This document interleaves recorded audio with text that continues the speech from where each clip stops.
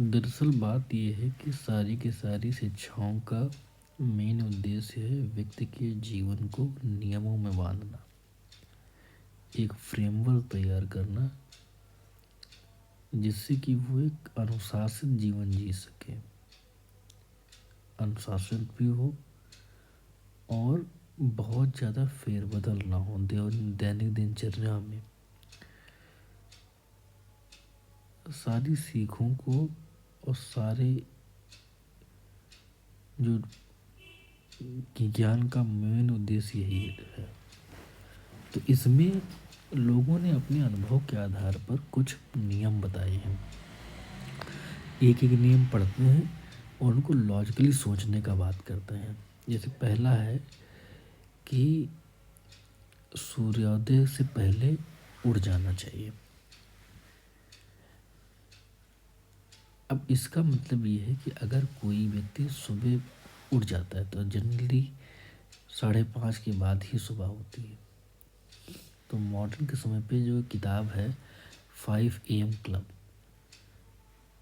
वो इसी विचार को रेखांकित करती है कि 5 बजे ना तो बहुत जल्दी होती है ना कभी बहुत लेट होता है। सर्दी और गर्मी में एक ऐसा मीडियम टाइम है जिसको अगर नियम बना लिया जाए तो सर्दी और गर्मी दोनों समय पे उठने में कोई दिक्कत नहीं होगी।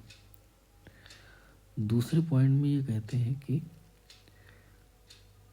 सुबह नहाते समय गंगा जी का स्मरण करना चाहिए। अब बात इसमें ये नहीं है कि आप गंगा जी को स्मरण कर रहे हो, साइकोलॉजी यहाँ ये वर्क कर रही है कि आप जब नहा रहे हो तो पूरा फोकस नहाने पर और मन के अंदर ये भाव हो कि मैं पवित्र हो रहा हूँ। डेली अगर आप सुबह नहाते हो सुबह उठ के और ये सोचते हो कि मेरे सारे पाप कम हो रहे हैं, मैं फिर से रीस्टार्ट कर रहा हूँ जीवन, तो कितना अच्छा है। तीसरा है प्रणाम। चत्वारितस्य वर्धन्ति आयुर्विद्या यशोबलम, ये बात तो सुभाषित में भी कही गई है। और दूसरी बात यह है कि अगर आप माता पिता को डेली प्रणाम करते हैं तो उनके प्रति आपके मन में एक आदर का भाव हमेशा बना रहेगा और एक कृपा दृष्टि जो उनकी है, मीन्स गलतियों को माफ़ करने की खटास नहीं आएगी, फैमिली बॉन्डिंग अच्छी बनी रहेगी। प्रणाम करना इसलिए जरूरी है। अब फोर्थ पॉइंट स्किप किया जा सकता है। पांचवा है भगवान नाम जप। नाम जब जब भी हम करते हैं तो उसके पीछे साइंस यही है कि हर एक नाम के साथ हमने कुछ उसके एट्रीब्यूट्स तय किए हैं। परमात्मा सर्वशक्तिशाली है, परमात्मा सर्वव्यापी है, परमात्मा हम सबको देख रहा है, उसके पास वो सब कुछ है जो सबको बांटने के बाद भी ख़त्म नहीं होता। जितनी भी शक्तिशाली लोग हैं उन सबसे शक्तिशाली, मतलब जितने भी अच्छे एट्रीब्यूट्स हैं इस पूरी दुनिया में, उन सब से परे, उन सब से प्रथम अगर कोई है तो परमात्मा है। जितने दुख दर्द कष्ट पीड़ा संताप, इन सब को दूर करने वाला वही परम पिता परमात्मा है।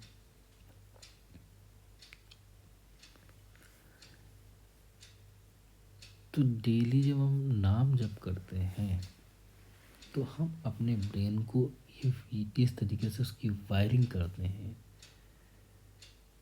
कि तुम यहीं तक मत सीमित रहो अपने सीमित बुद्धि के साथ।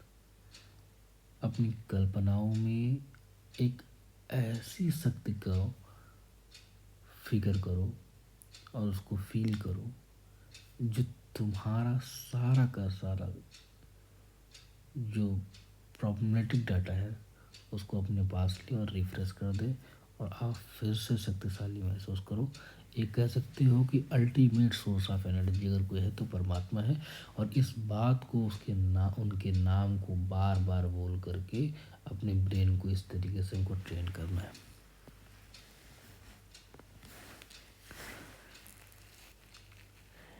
अब जैसे एक पॉइंट में ये बता रहे हैं कि एक दिन में लगभग 22,000 नाम जप किया जा सकता है।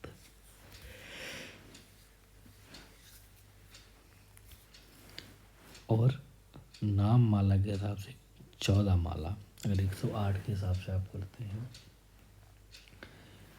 तो ये एक सिग्निफिकेंट नंबर है। इतनी बार अगर आप परमात्मा का नाम लेते हैं, इसमें मेरा ठीक ये है कि परमात्मा के नंबर, कितने नंबर आप नाम ले रहे हो,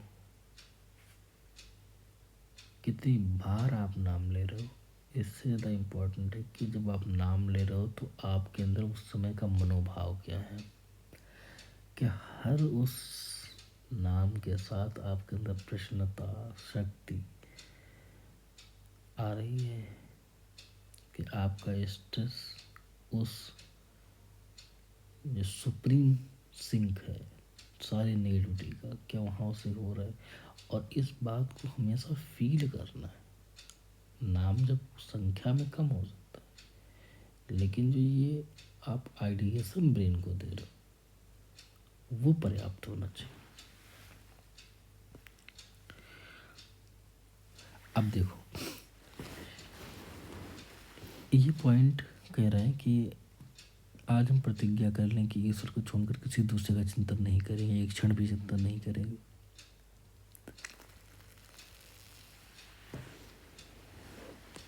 तो अगर व्यक्ति अपने ब्रेन में 1% भी कोई नेगेटिव बात ना आने दे तो ये कितनी अच्छी बात है।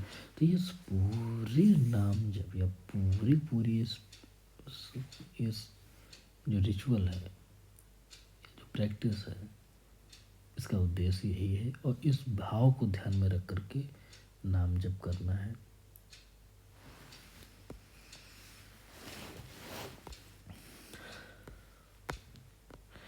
यहाँ तक नाम जप की, और ये अलग अलग एग्जाम्पल भी दे रहे हैं कि कुछ भी अच्छा होता है, कुछ भी बुरा होता है।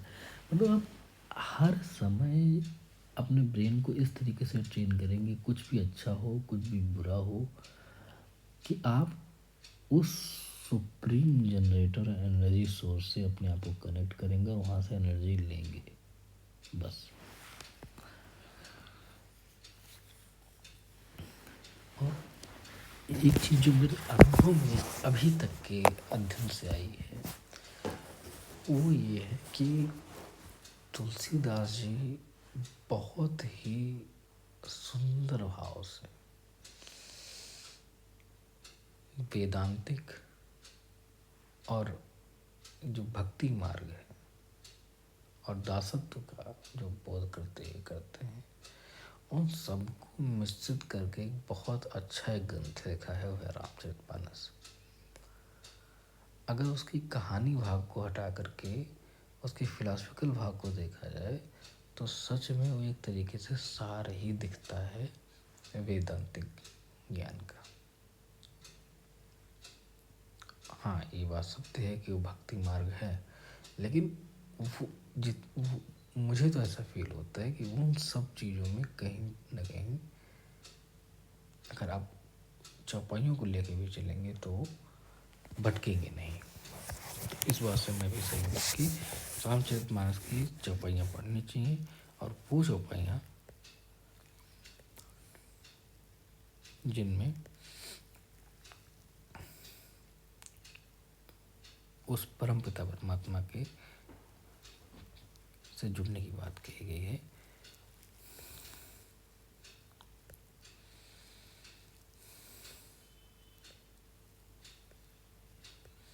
इस तरीके से, और गीता जी की भी, श्रीमद् भगवद गीता भी बहुत अच्छे से कम्प्रहेंसिव नॉलेज हमें देता है। तो मतलब जो ज्ञान है उसको आपको इन दोनों बातों से ये है कि आपको डेली वो चीज़ रिवाइज करनी है। एक तो नाम के जरिए हर समय अपने आप को उस परमपिता परमात्मा की उस सुप्रीम एनर्जी सोर्स से ऐड करना है, अपने आप को जोड़ना है, और ऐसे ग्रंथ पढ़ने हैं जिनसे कि आपको हर समय आइडिया मिलता रहे, ऐसे लोगों के साथ रहना है जिनसे आप इस फीलिंग में रहो।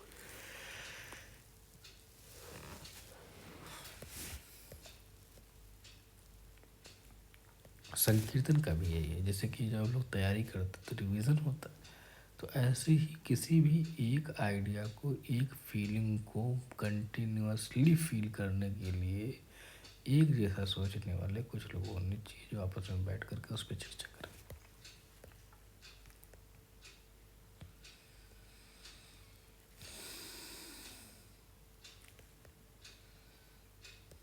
तो सत्संग का मतलब तो यही हो गया।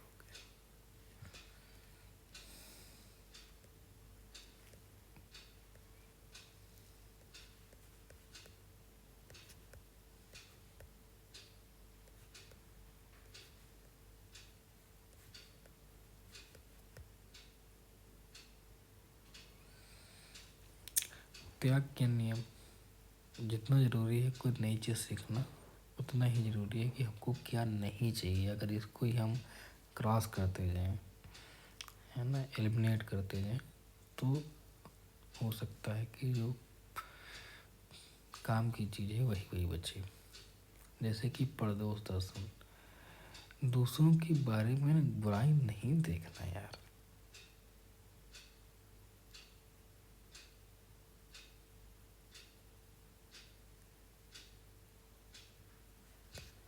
दूसरा, विचार का मतलब ये है कि जो कुछ भी बातें इसमें लिखी हैं ये सब मन को कमज़ोर करते हैं। मन को कमज़ोर क्रिया से हो, कमज़ोर हो रहा है मन, वो अलग बात है। लेकिन जो आप डर होगा कंटिन्यूसली, आपका ब्रेन जो स्टेबल नहीं होगा, जो हर समय भटकता रहेगा, हमेशा डर से रहेगा, कोई देख ना ले, कोई सुन ना ले, कहीं पता ना चल जाए, कहीं बदनामी ना हो जाए, इन सब चीज़ों की वजह से व्यभिचार से बचने के लिए कहा गया है। बात साइकोलॉजिकल है, ब्रेन आपका स्टेबल नहीं रह पाएगा। फिर ब्रह्मचर्य के बारे में जो बात की गई, ब्रह्मचर्य का भी मतलब ये है कि अगर आप एनर्जी सेव करते हैं तो निश्चित तौर पर आप वीक फील नहीं करेंगे।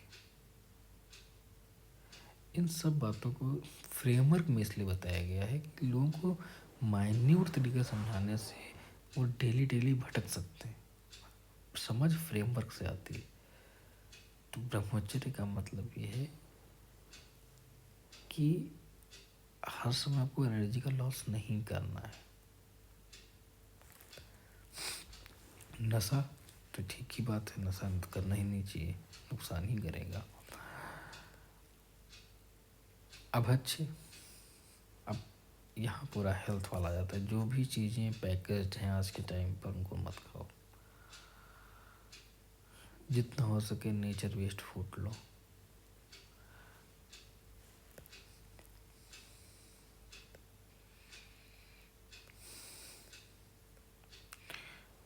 ये हैं हैबिट्स। समय की बर्बादी मत करना चाहिए। समय की बर्बादी करोगे तो क्या, हर बीतता हुआ समय आपकी लाइफ खत्म हो रही, तो इसको नहीं करना। तो इस तरीके से बातें आ गई, तो इनमें से चीज़ें हमको